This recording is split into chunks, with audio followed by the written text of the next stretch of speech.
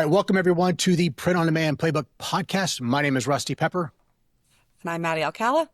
And together we explore the ever-evolving world of print on demand, from the companies and technology shaping it to the leaders who make it great. And all along the way, we share the strategies, insights, and stories to help you and your businesses grow, innovate, and get ahead. Maddy, we're back at it. How you doing? We're back at it, Rusty. I'm doing well, thanks. I woke up to snow this morning in Boulder. It's a bit odd. You just got back from somewhere warm, though, didn't you? Where I was, it was definitely not snowing. I was in Where were you? Honduras, so Central America.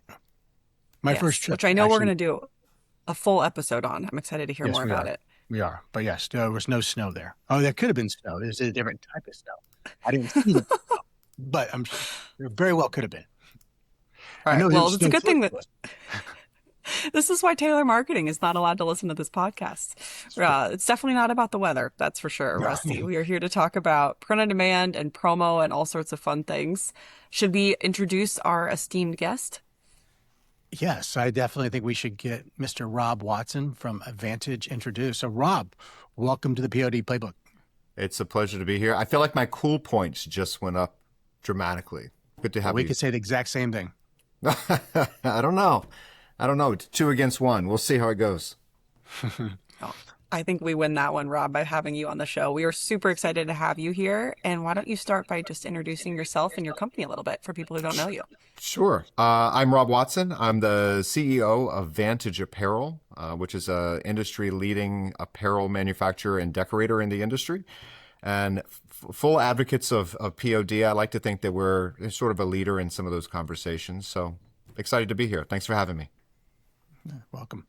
I was going to say, you guys have been one of the longest performing, not to jump right into it, but because I do want to kind of get back into your origin story, but I would say one thing unique about Vantage is the fact that you guys are one of the original OGs of POD in the promo space. What did you say from a decorator standpoint? Oh, for sure. I mean, POD back before POD was a thing, people called it single piece decoration, right? When you're thinking about embroidery and decoration and on apparel, I mean, the POD dates back to monogramming. I mean, think about putting your name on something that's truly bespoke and customizable. Now done at scale, for sure. I mean, decades in sort of now what I like to call POD. We used to have the iron on. Did you? Yeah. How'd that go? It didn't last very long, but it was fun. Was it on that shirt? And now a few washes later, no more. It just washed out. That I like both of these ideas. We should wear defunct POD products. That would actually be a really funny theme episode. We also should have guests to talk around different industry viewpoints of who did POD first, because it's so interesting. Like, I would love to get photo and like what you just talked about, iron on, embroidery, monogramming, like different viewpoints, and let's have a debate on who actually started doing POD first from an industry vertical perspective. Well, fun fact is that our 50th anniversary is next year. So the marketing team has been going through archives and archives of articles and photographs and just faces, people, deco methods, art files. It's, I don't know. I mean, it's 50 years. I would say we've got to be one of the originals. That's very cool. How long have you been with the business, Rob? 7 years in total. My first stint with the organization, I came on board as the chief digital officer. And then I left for some family things and then rejoined the company. It'll be 3 years in November. Rejoined as CEO back in 2023. Been a fast 3 years. So you did a boomerang, left and came back. I did a boomerang. How'd they get you back? I'm not the only person who's done a few boomerangs here at Vantage. There's something in the water here in New Jersey, I guess. You can have a couple of puns and offshoots of that. So I left the organization. I had a family member who took ill, needed to move back home, did some things there. Ira and I kept in conversation the entire time. And one of his favorite sayings at the end of every call was, when do we get the band back together? When do we get the band back together? And we kept talking. I missed my time here. The things that we were doing were great. I missed a lot of the people. And to be able to put it all back together and do it in a way that was meaningful and pretty quick, it's been great. The return has been really good. That's very, very cool. Very Yeah. cool. And it sounds like you have a little bit of the Hotel California of companies you can check out, but you can't ever leave. Yeah. Yeah, but I think a lot of people in the industry could say something like that, right? I think every time Yeah. I interview someone who's got industry experience, everyone's got a story on how they started, and no one ever leaves. I mean, they transition and move things around. So, yeah, I think it's real. I've tried to leave twice, and I keep getting sucked back into it. Yeah. There's something about the industry, just it's hard to get away from because it's a fun industry to be in. Yeah, but It's not overly serious, and there's also the technical side of it too. There's a lot of innovation that's happening, and quite honestly, I also think the people are just awesome. I think we I have agree. a lot of really good people in it. Present company included. Yes, I would definitely agree with that. I would agree with that too. Well, let's pick up on topic the industry. We're talking about this because our listeners span a lot of different parts of the industry. Rob, what industry do you consider Vantage to be in, and what are some of your customers talking to you about these days? Sure. We have been in the promotional products industry, I guess is what you're calling it. So print and promo for some time since we started. And, that has been sort of the traditional market that we've served is that reseller, the distributor reseller that we've supported for nearly 50 years. Some of the bigger conversations that have started to come out, well, a couple of years ago was really about web stores. That was the first thing. Again, we had been doing POD for so long, but it wasn't sexy. It wasn't cool. COVID happened, and all of a sudden there was this need for single piece fulfillment, direct to an employee's door, and try to get things out. And our web store platform just sort of catapulted us into that conversation. We continued to lean into it. Then POD.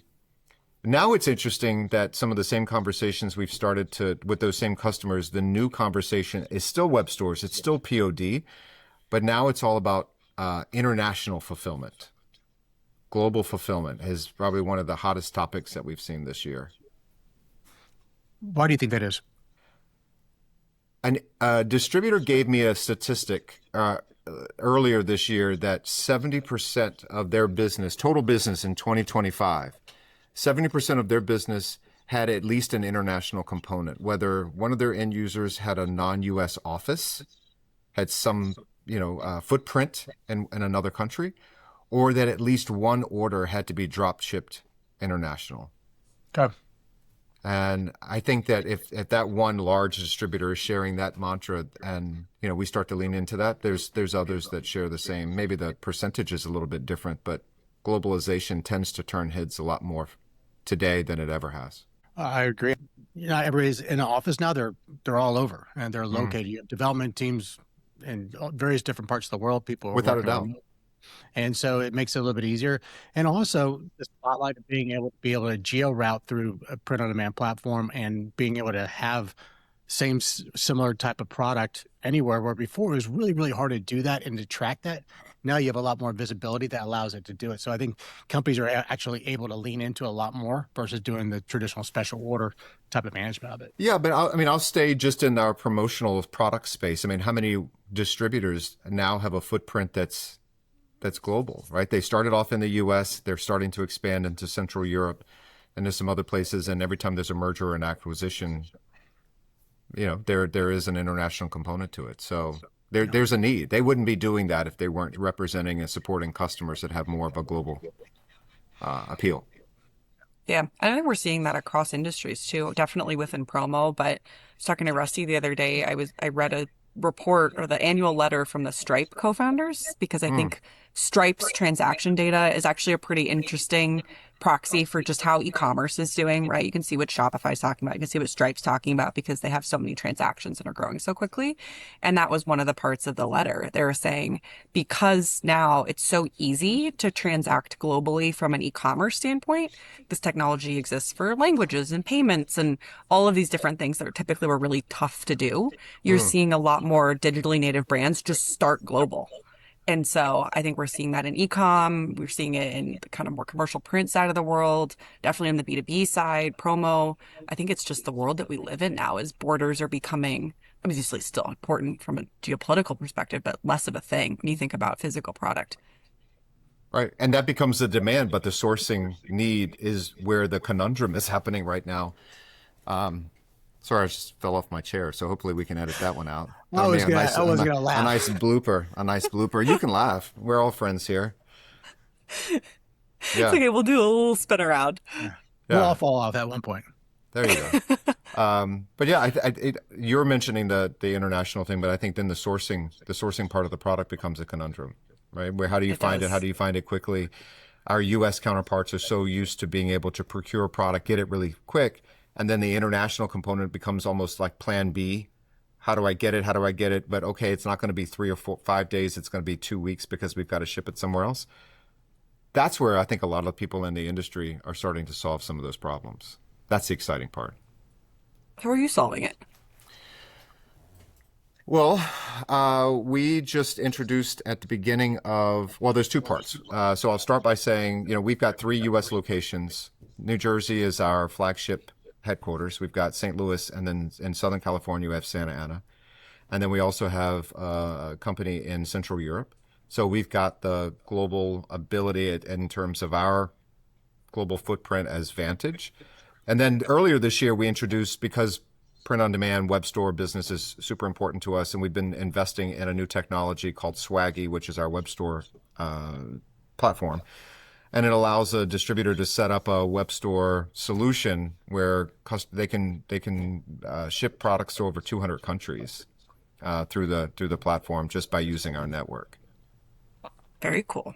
Yeah. So you're owning that conversation for sure. It sounds like as the customers have talked to you about new things, you've continued to innovate and meet them where they have those needs, or even past it. I agree wholeheartedly with what you're saying. I think that where we stand right now, as I look back even 3 years ago when I rejoined the company, where we've grown in just that short period of time has created a small space for us to occupy. And I recognize that people are moving into this direction. You can't go to an industry conference without, print on demand is now a singular topic surrounding a conference, as opposed to just being an afternoon session.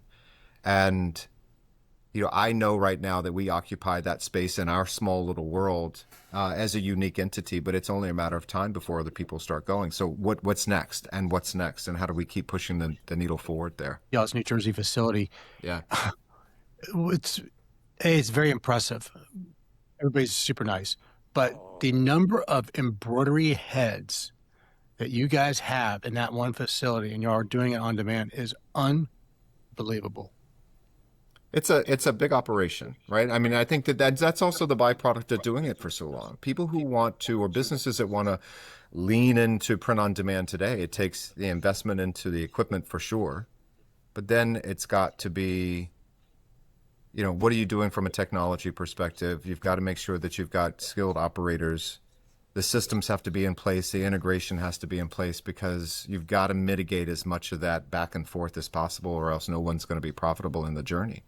So that's why you and I have been on panels before, and we've talked ad nauseum about it, where print on demand can't be about the product. 100% has to be about process over and over again, right? And unless the entire ecosystem is willing to lean into one piece at a time, then the journey to success is going to be a long one. Yeah. The workflow is definitely what's going to make it makes it happen, right? So that whole tech layer is what connects the demand with the fulfillment side of it. Now, when we think about that, though, when you think about embroidery, though, it's still not 100% truly print on demand, because you still have the logo. The logo file is still the biggest issue with you getting it digitized and everything, getting it set up.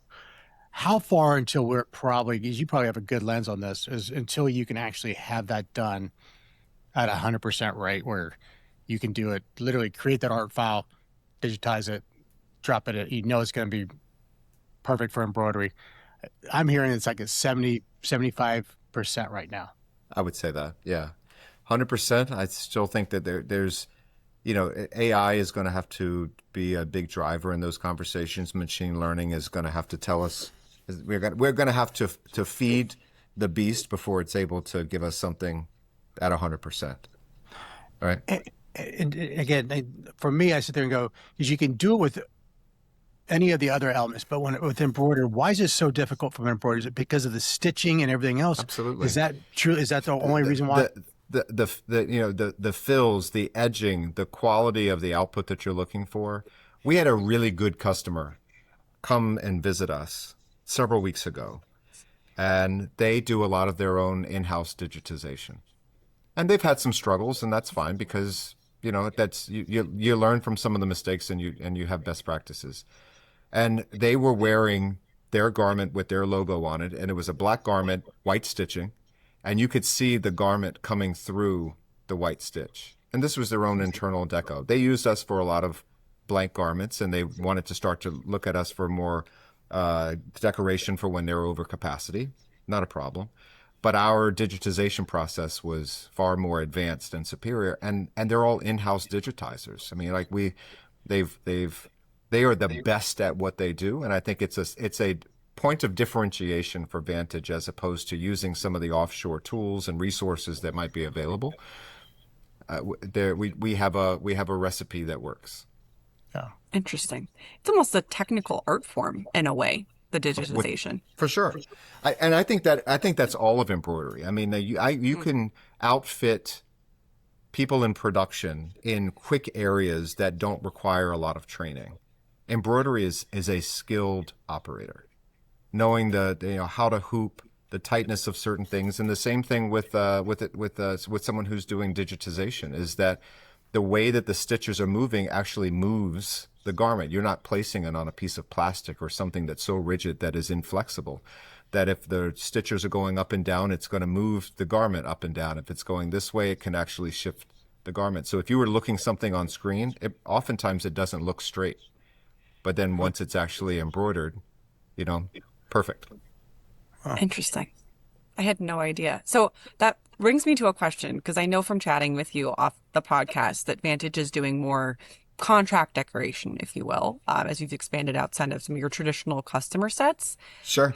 What is that like? How are you educating companies around this technical art form, expanding into new places? I'm just so curious. Anything you want to talk about? So I laugh because we've been doing contract decoration for Forever? Probably for 15 years. Right. And yet, our sales team, I hope that they're listening to this, or, they run into customers all the time that either didn't even know that Vantage had product, and then some thought we had product and didn't know that we decorate it.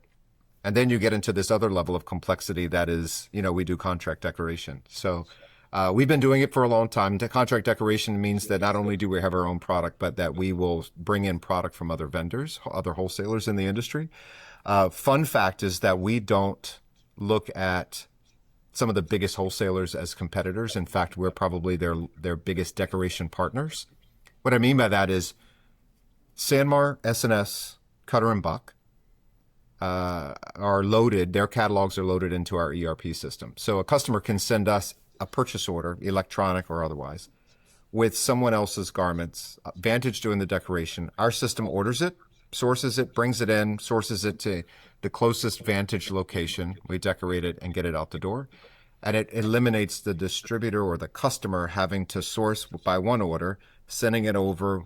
What if something's wrong? If there's an error, wrong size, wrong color, the system rejects it, does an automatic reorder, and we don't lose time in production. So that one-stop shop makes it very easy. Plus, with our print on demand, we don't limit it to just Vantage product. We allow Sanmar, S&S, Cutter and Buck, and Vantage. So in essence, I always like to say that from a POD perspective, we offer the largest catalog of apparel because we practically have everything at our fingertips. And you also have your own product that you're putting in there as well, so it just expands that. Because that's right. So are the Vantage products, your white label products, are they available through anybody else or only through Vantage? They're only available through Vantage. Okay, so then you really are able to expand, provide that offering. That's very cool. Well, as you've obviously been in contract decoration and POD, we can do 15, 50 years, a long time, far longer than a lot of other companies doing this. I'm curious for your perspective just broadly in the industry. And we can take industry to mean multiple things. It can be promo, it can be print on demand, however you want to define it.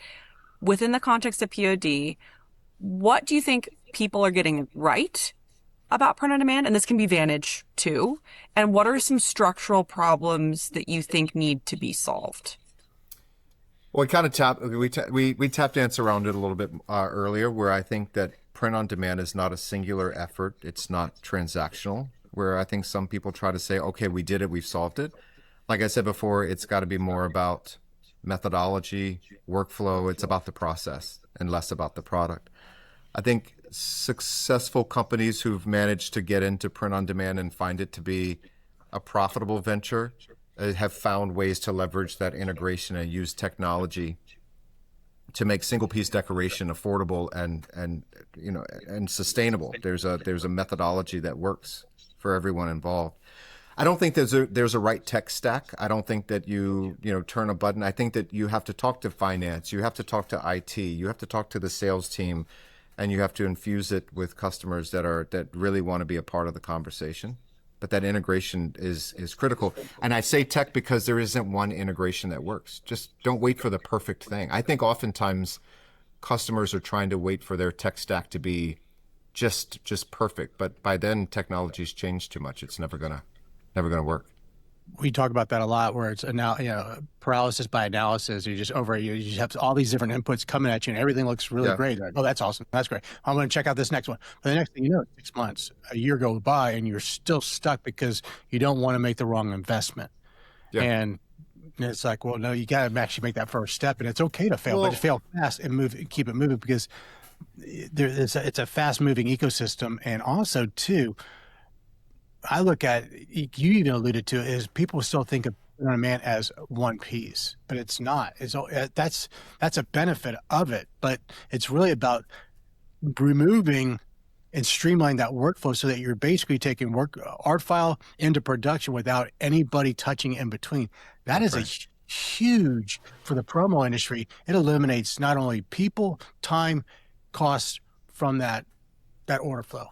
It's a 30% savings per order for reducing. That's just an overhead of entering an order and managing the order into before it's released into production. I mean, it's massive, right? But the one thing, look, I don't get upset because I'm so passionate about what we're doing here, and because I feel like we're really successful at it. I don't get upset if someone hasn't figured it out, or if someone said this doesn't work for me. Because it's not just because I say, let's go do it. I need the entire infrastructure here to support it and to say, in order for it to be successful. I talk to a lot of decorators that are just like, our bulk business is good. I don't want to rock the boat. This is exactly where we want to be. And I would say a lot that are leaning into print on demand are not doing it in embroidery. They're doing it more in DTG and DTF to start. Yeah. Well, that's knowing your strength as an organization. And I think there's a level of self-awareness and honesty there too. Because we've had conversations with operators similarly who are just like, we're not built to do this. We're not going to make these types of investments. It's just not what we're doing. And Rusty and I obviously have our opinions. I'm sure you do too, about where the puck is headed and where the industry is going. But I do respect that. Where business says, I'm in my lane, it's working. I don't have the DNA to completely reinvent my business. Okay, makes sense. Yeah. And POD really for us was a byproduct of, we just knew that stores and program business was going to be such a huge channel for the industry that we serve. And then continuing to invest in the technology that supports it just meant that, like Rusty said, it's not about one piece orders. It's just about creating this whole arsenal of teams. So we've got an e-commerce team, an integration team that we have doubled down on, and we continue to expand that department because the mantra really is be everywhere that the customer is. And so we're not living in one single tech stack, right? If a distributor wants to be in Shopify and the other one is in WooCommerce and the other one wants to be in, an industry solution that's around, we integrate with all. I think our tech team, we built VantageApparel.io, which is our integration site that's just focused on the different conduits that we have connectivity. There's a myriad of solutions that we're connected with, which is pretty awesome. Yeah, saying yes to the order wherever it comes from, 100%. Right. I'm going to pick up on that topic. Last kind of industry question for you. Well, I say that, we'll probably come back to something. Is there a topic you're sick of talking about? You're just like, we've beat this horse. We need to move on. I wish Well, it has nothing to do with print on demand. It has nothing to do with technology, and it's probably one of the most unpopular. I I think the one thing that has not everything in the world around us has changed. Technology has changed. The people have changed. The way we go to market has changed. And for that, I'm excited. The one thing that I find that has not changed are trade shows. Say more. Okay. All right, here we go. The soapbox is on. The hounds. Mm-hmm. A distributor comes to a show, a customer comes to a show, invests their time. They walk endlessly up and down aisles that have been the aisles for many years, and yet the infrastructure hasn't changed to support their business. I find that a lot of our customers are specific to a particular niche market or an industry. They are experts, automotive, education, healthcare, name a niche market.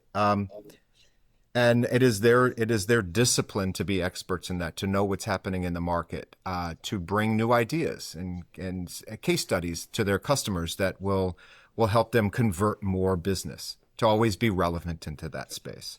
But I find that while the industry is moving in that direction, the typical trade show, because some are doing it well, I don't want to piss off everyone, but the typical trade show is just aisles of things and setups. And the goal is to not put two competitors next to each other so that there's not a conflict of interest. And on the contrary, wouldn't it be unique for aisles to be focused on niche markets? And so let's say Rusty is really good at education. He's got a ton of education clients. He wants to go up and down and learn a little bit more. There's scannable case studies. There's things that I could send to customers in real time so that by the time I get back from a show, my customers have already responded. I've got real opportunities, and now that's a measurable ROI. And on the flip side, Maddy, you're really great in healthcare, but you want to go down the education aisle because you want to expand the channels that you go to and serve. And so now, just by going down the aisle, you're flooded with new opportunities that you could walk right into a new client, pitch a new idea, and have a stronger opportunity to convert business, as opposed to manufacturing conversations with customers because you're used to them, you're being introduced, you're having to connect the dots, and that collaboration, that real-time idea processing never gets to happen when there's so much to see in so few days. That the information overload never has the opportunity to connect the dots. And then when you do, are you connecting them in your hotel room or only when you get back? When the box of stuff that you've shipped back from the show. I just think that we're smarter than that, and that the industry has changed. So shouldn't the way that we market and create these real touch points that still exist in the industry? And I'm done. I love the soapbox because I have a similar but different perspective on this, and you articulated it way better. But I think what I would respond to you and say, I'm curious if you agree, is trade shows to me are valuable because they're a center of gravity. But I have found myself recently, I don't even go to the show floor a lot of the time. And granted, I have a different business model in terms of where I spend my time. But I like to go to the shows because there's people there that I want to meet with. But I end up just sitting in a hotel room or a suite or a restaurant or whatever it is having meetings because all these people I want to have actual conversations with happen to be physically present.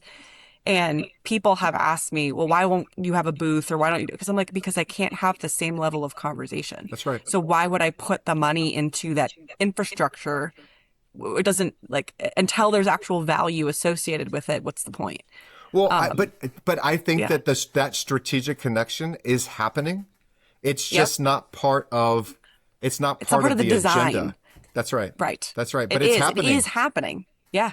But it's like, how do you put it from side hallways and hiding in front of the Starbucks or hotel suites? How do you take what's happening and actually put that front and center in terms of the show design? Yeah. There's so many good ideas that are shared. And I think those networking opportunities that you're having one-on-one, you're walking away inspired. I remember having breakfast with you in one of the first times that I met you. And I mean, I was inspired. We met it. It was great, right? I didn't meet you because I was in a booth and you were prescribed to come down the aisle at 10:36. We got together. We got introduced. We had some conversations, and I think we should do more of that. I agree. Meaning breakfast together. Yeah, more breakfast. I agree. More breakfast Yeah, with more Rob. breakfast. You can come too, Rusty. They're So fun. breakfast for breakfast or breakfast for dinner? What's your choice? Ooh. Mm, I don't mind a breakfast for dinner. We did that when I was younger, and it was always sort of a treat whenever we did it, so it's special. And I don't do it very often, but breakfast is probably one of my favorite meals, though. Yeah, me too. With you. Yeah. Yeah. Okay. Egg. Do we like eggs? I like Oh eggs. yes. And then, how do you like your eggs cooked? Over easy Depends usually, on the day. or I'll poached. do I like scrambled. poached. Like I'll do poached or over poached. easy. I'll do over easy. Yeah. Okay. Okay. I'll do Poached. like frittata form. I'll do an omelet. Yeah, it depends. Okay. What kind of How eggs about do you you? like, Rob? Oh, poached. Poached is number one. I didn't consider the frittata, but yeah, that's more casserole, but it's still an egg. Do Yeah, you it's tear the not bread, good. put it in your egg, or do you keep it whole and then just, Oh or no, do you you eat it separately? you tear it. You tear it. No, Yeah. you Okay. tear it in. Yeah.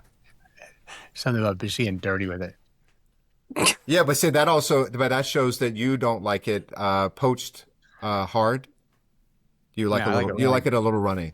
Yeah. That's what the There you bread go. soak it up. Exactly. Well, that's how I knew you liked it runny because you were like, okay, there's a vehicle.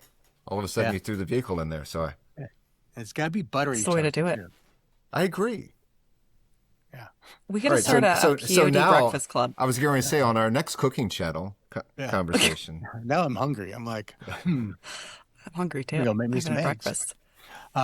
Before we switch topics real quick, I did want, there's one question I did want to ask because I do think it's relevant getting back into POD. Before we leave the POD topic is, if you had to redesign Print on Demand from scratch to actually serve promo buyers, what would you do? Well, I think it's funny you say that because we've started to have those conversations about 2 years ago. Where's it going? How do we change it? How do we change the conversation? And that's why we built Swaggy, Okay.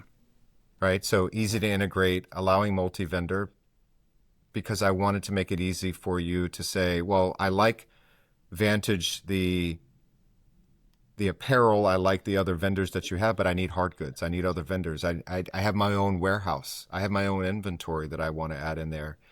I need globalization. I need multi-product categories. I need all the features, right? I need single sign-on. I need coupons. I need budgets, all in one thing. And I need it to be either store by store, or I want the ability to have sort of an enterprise solution that can outfit my company to be able to play in this space, no matter how big you are. Yeah. I have to compliment from what I've seen of Swaggy talking to your team, Rob. I think you are on the progressive end, thinking about that flexibility for customers. We had this conversation recently. There's different solutions that pop out there. I think how you guys are approaching it of meet the customer. I can make this just Vantage. I can make this what you want it to be. It can be global. We can have control. You can have control. Like that level of modularity and flexibility, I think is very unique. So well done, because I think that's that's a very open-minded way of looking at the space that we don't always see people take. Thank you. And I will share that with the team. I will say I'm blessed every single day to work with some really smart people that challenge even the simplest of tasks and take it to levels that I would have never considered. It's that level of openness. I just want to give you a compliment on that, because the fact that you nailed it, Maddy, when you said it, is the fact that the industry is very closed to a lot of, and especially the traditional side of it, very close, like our way or only way, right? There's not this open and collaboration, and that's something I think within Print on Demand has really embraced, is being able to say, look, we can't go at it alone. We need to collaborate. We need to partner. We need to leverage the whole in order to serve with Swaggy. And not be afraid of it. Not be afraid of it. I mean, partnerships, I think, are essential, whether they're your tech partners or product partners or deco partners. Yeah. We're only better together. 100%. Only better Well, I together. think better together actually should be one of our slogans, Rusty. That, and we love breakfast. We can do a And couple we love of them. breakfast. We love breakfast. Better together. Well, with Rob, breakfast. oh, there we go. The Breakfast Club. That's our actual slogan, Okay. POD Breakfast Club. Rob, Rusty and I have the very good fortune of getting to interview and talk to a lot of exceptional executives in our space. We are currently among that company. So as we wrap up here, we always like to ask people a few questions just about who they are professionally, how they lead. We have a lot of different types of people that listen to the POD playbook, and so it's a common topic. So we'll start with you. Do you have a leadership philosophy? Like, how would you describe yourself as a CEO? Or how would you want your team to describe you? Well, I tend to be a little bit more on the introspective side. So I always think about this as I ask, if I were to ask myself, it would be, how would my team answer this question? So, I mean, these are probably things that you've heard of before, where I would say lead by example. I always want the team to feel empowered to make decisions. Hire the best people, lean into them, learn from them. My personal mantra is that I have to be a better version of myself today than I was yesterday, which, broken down in its simplicity, is that I have to always be learning from other people, from processes, from you. I mean, just all day long. My job is to be a steward of the organization and to steward and champion change and evolution within the organization. It is not for me to make every decision. And the team needs to have the wins alongside me, if not more wins than me taking credit for anything that's happening in the organization. And I'm never one that will use the word I, but, and the only time it would be is that's just, I know that oftentimes if I go into a meeting, I've got to be the one that's going to have to make the tough decision, but it's only after I listen to everyone else. So having all those inputs in order to make the right decision, or the one that you feel is the right one. Yeah. Is there someone in your career that has helped you or who has stood out in how they've helped you develop that leadership style? Obviously, I'm sure a lot of it's learning by example, but do you have a mentor? Yeah. I mean, it's interesting you say this. I've lived in this conversation because last week, a very, very big industry icon passed away, Norman Cohn from ASI, who I had the privilege of working with during my short stint at ASI. And one of the things that he used to say to me was that curiosity always leads to better outcomes. And what he mean by that is that he wanted me to ask questions in the room, never be the first person to speak, listen to everything as it goes around the room. Just because I'm the CEO and at times doesn't mean that I have to be the most informed. But be curious, ask questions. I can hear him saying that to me, and it was a good man. Of all the things that everyone has said about him in the press releases and online and interviews, everything was accurate. He was formidable. Yeah, we lost a good one for sure. We did. We live in a crazy world, Rob. CEO is a tough job. Do something that makes you laugh. You have a favorite book, a TV show, a podcast. Anything we'll finish on a light note. It's bringing a smile to your face. Okay. So I read lots of things. I like biographies. I like some business conversations. I would say, shamefully, the thing that takes me away from the end of the day is Instagram Reels. Really? It is not smart. Love an Instagram Reel. It is not smart. It is not thoughtful. This is not made for TV response. I can lose myself, and it is the greatest. I can feel myself just sort of settle down, laughing. And in fact, I think both of you should start to be on my distribution list of things that I find hilarious. Please do, because they are always goodies. If I share yes. with you, it's worthy of watching. Okay. I trust that because I'm getting to know your sense of humor, but I feel like I would really appreciate it, and I would welcome the opportunity to figure out what makes Rob Watson laugh. Yeah. Not TikTok. I'm not a TikTok fan. I'm not a TikTok fan either, but I'm with you on the Instagram Reels. And sometimes I will actually laugh out loud at the end of the day. Absolutely. Because people are so funny. People on the internet are hilarious a lot of the time. They are. I respect it. Funny fucking people out there. Really funny people. They are. I'm not a big TV watcher. But funny enough, I would say I'm not a big TV watcher because I'm not very good at sitting still that long. I need to get up and I need to do things, but I can still sit my ass down for an hour and lose an hour of my day just scrolling through Reels. Yeah. So I'm contradicting myself, but yeah, that's the thing that just brings me down, makes me laugh. Yeah. I'm not even guilty about it. It's just a pleasure. Some of them are hilarious. I'm with you on the reels. Well, you think I'm being interviewed on a podcast and I'm supposed to end this with something. So it's honest, but I'm supposed to say something like, "Oh, I read this great book. And here's the title of things. So let me hold it up and show it to you." Nah. Nah. Okay. I think there's a limit. I said this to my husband the other day because he was having a very introspective moment about self-improvement, which I think is great. Sure. But I also told him, I said, some days don't you just want to be done? You're good enough. You don't need to improve today. Like, let's get worse. It's Monday. Let's get worse today. We can get better tomorrow. But I do think there is an element of that where you don't always have to be like working on your professional career and style. Like you can just watch an Instagram reel. Well, the funny thing is that in my house, if I sit in that chair and the phone is like this and I'm leaning back and I'm done for the day, right? Oh yeah. And it's also just give me a few minutes. Just let me have that's my me time. I'm not engaged. The earbuds are in. There's random cackling coming from the guy in the corner, and he's having a good time. That's what I do with Rusty, actually. I've actually tried to make Rusty worse because Rusty is such a stand-up professional. I'm just always like, how can I make this guy laugh? So we can team up on that, Rob. Really? What can we send to Rusty? I would have flipped those personalities around. I would have said that Rusty and I are probably the bad influence, and you're the more buttoned up that would gawk at some of the stuff that we would send you. But I've learned something today. See? 9 to 5. But like after hours, I'm just trying to crack Rusty. So you hear her 5:01. I'm sending nothing but nonsense. The whole goal today is to get her to cackle out loud.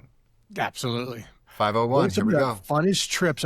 So Maddy is an absolute blast to travel with because there's a level of professionalism and then there's a level of just absolute stupidity that we just do on each other. Is it a switch? Do you get it? Is it infused throughout the day or is it throughout the day? Yeah. Well, I mean, so Rob, you and I am very much I have my private life, right? I'm very select. I'm a Scorpio. So like I'm very private about who I share with people. But I also think that, and this podcast is not about me. We should edit this out. But like life is too short. It's jobs are stressful. We all have stressful jobs, right? And there's a time and place for professionalism, but like none of us are surgeons. We're decorating product or we're making technology that decorates product. And that's a very valuable, noble task in my view. But there's also a lot of humor, I think, in what we do and around what we do. So yeah, I'd love to sit in meetings with Rusty and talk to a really important customer about a really important thing. And then afterwards, like, see if I can get him to knock into a sign because he's laughing. So why not? Perfect. Why not? It's great. Exactly. But after hours, oh, for sure. We gotta team up on the reels with Rusty. I'll let you in on some of his favorite humor, Rob. See if we can crack him. It's quirky and dark though, isn't it? Twisted. No, it's like 12-year-old boy humor. It's like, yeah, like, no, like Rusty loves a fart joke. Like you gotta. Oh, I'm Rusty. totally there. Yeah. Okay. All right. Totally. Birds of a feather, my friend. I'm a simple creature. I'm very simple. I'm very simple. Yeah. Yeah. How would you describe my humor, Rusty? That's not podcast worthy. Oh. Okay. I want to keep your image. I want to keep that image way up there now. All right. I know exactly what I'm saying now. Yet there's that little bit of she'll just hammer you when you don't expect it. She'll just send a little zip to you and you're like, oh my God, where did that come from? And it's just.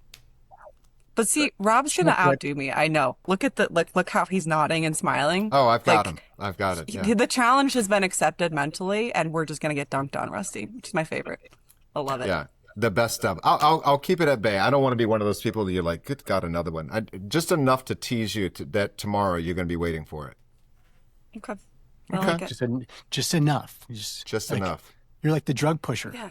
It's just like, what's the next one going to be? I love it. We're good. I love it. Threads and needles. It all works. This is why we asked this question. Because you learn something new about people. You do. And that's what we're here. Building relationships. We're talking about print on demand and we're building relationships. That's what we do. Exactly. With one of our favorite people. So it is. Thank you, Rob. Appreciate you being on the show. Really a pleasure having you. Thanks for having me. Till the next time. Bye, everybody. Thanks, everyone. Cheers.